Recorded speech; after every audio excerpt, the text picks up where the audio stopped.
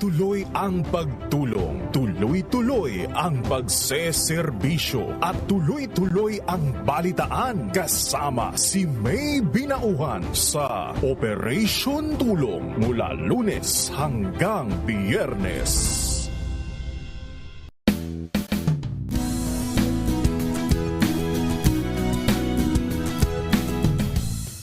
Tugtugan, sayawan, chikahan at mga kaganapang kakikiligan. Mula sa concerts and fan meets of your favorite stars, local man o international, sagot na namin. Every Saturday, 12 noon, kasama ang inyong showbiz angel sa Season 2 ng Scene Zone. Dito lang yan sa DZRH TV.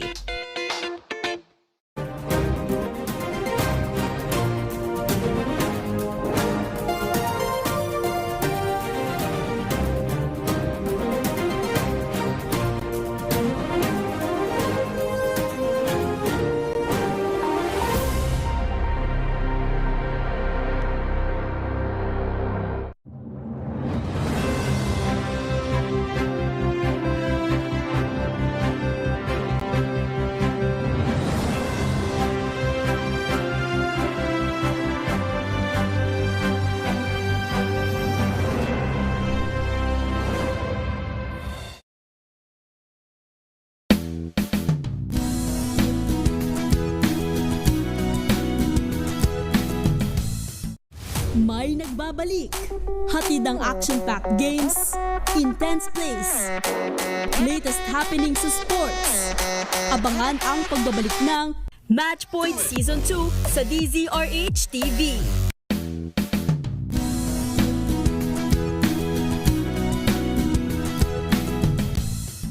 Ang Scene Zone, Season 2 na!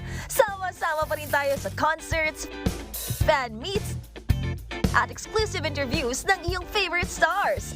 Abangan ngayong October, dito lang yan sa DZRH TV. Pilipinas ang oras, 6 na minuto makalipas ang alas 7 ng umaga. Maynila! Maynila!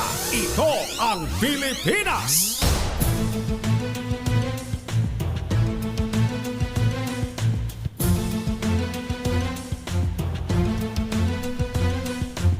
Magandang umaga Luzon, Visayas at Mindanao. Ito po ang programang Maynila, ito ang Pilipinas. At ako po si Left Narciso, tuloy-tuloy sa pagbabalita, tuloy-tuloy sa serbisyo, sama-sama tayo Pilipino. Maynila! Maynila! Ito ang Pilipinas! Sa ulo ng ating mga balita, Department of Interior and Local Government umapela sa mga kandidato sa barangay at sangguniang kabataan elections na panatilihin ang integridad ng halalan. Maynila! Maynila! Ito ang Pilipinas!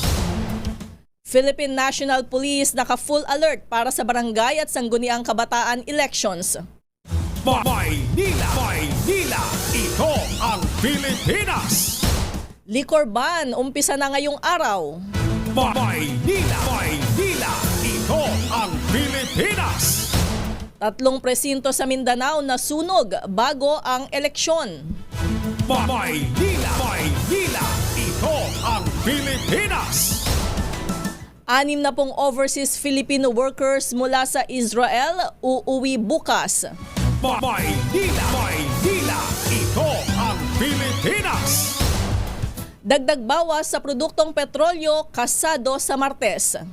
Maynila! Maynila! Ito ang Pilipinas!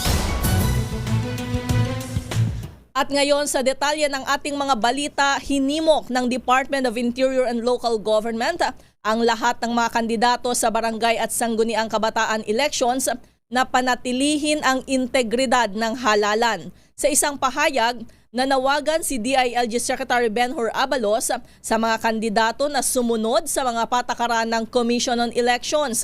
Ito'y para masiguro ang matagumpay at maayos na pagsasagawa ng barangay at SK elections matapos ang 5 taon. Babala naman ng kalihim, maikukonsiderang vote buying ang hakot system o mass transportation ng mga botante bago o sa mismong araw ng halalan. Maynila! Maynila! Ito ang Pilipinas! All systems go na ang buong puwersa ng Philippine National Police para sa pagbabantay sa kaligtasan ng publiko sa gaganaping barangay at sangguniang kabataan elections bukas, October 30. Pagtiyak ni PNP Chief General Benjamin Acorda Jr., on top of the situation ang pambansang pulisya. Sabi ni Acorda, bagamat mayroong ilang naitatalang insidente ng karahasan, isolated incidents lang ito at nananatiling generally peaceful ang buong bansa ilang araw bago ang halalan. Naka-full alert status ang PNP para matiyak ang mapayapa at ligtas na barangay at sangguniang kabataan elections 2023. Maynila, ito ang Pilipinas. Nagtapos na kahapon ang campaign period para sa barangay at sangguniang kabataan elections bukas. Sinabi ni COMELEC Chairman George Garcia na nag-umpisa na rin ang liquor ban na tatagal hanggang sa mismong araw ng botohan. Muling nagbabala ang opisyal laban sa vote buying. Pinaalala ni Garcia na kahit ang mga vote seller ay maaari ding makulong ng mula 1 hanggang 6 na taon. Ang mga kandidato naman na mapatutunayang namili ng boto ay madi-disqualify bukod pa sa parusang kulong. Maynila, ito ang Pilipinas. 3 magkakahiwalay na eskwelahan na magsisilbing polling precinct ang nasunog sa Mindanao ilang araw bago ang eleksyon. Ayon sa Commission on Elections, ito ay sa Barira, Maguindanao del Norte, Datu Odin Sinsuat, Maguindanao del Sur at Poona, Piagapo, Lanao del Norte. Sa isang pahayag, sinabi ni COMELEC Chairman George Garcia na arson ang dahilan ng sunog sa Barira na kasama sa areas of grave concern at nasa red category. Tuloy naman umano ang halalan sa 3 lokasyon dahil may magagamit pang mga classroom batay sa inspeksyon ng election officers. Maynila, ito ang Pilipinas. Nakatakda ng umuwi ng Pilipinas ang nasa 60 overseas Filipino workers mula sa Israel bukas, araw ng Lunes, October 30.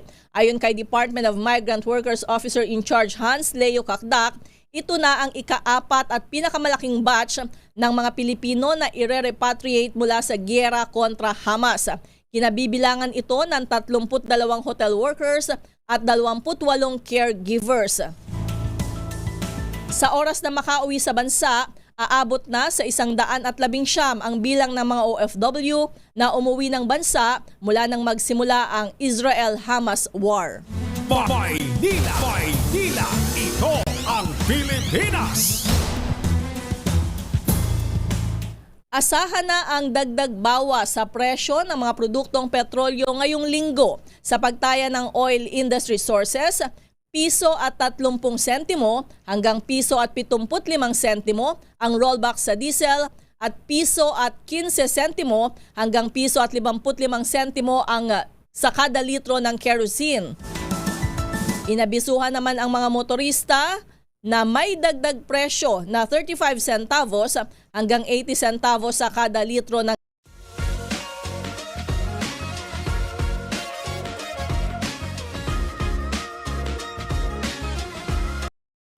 Maynila, ito ang Pilipinas. Pilipinas ang oras, alas 7:13 ng umaga. This time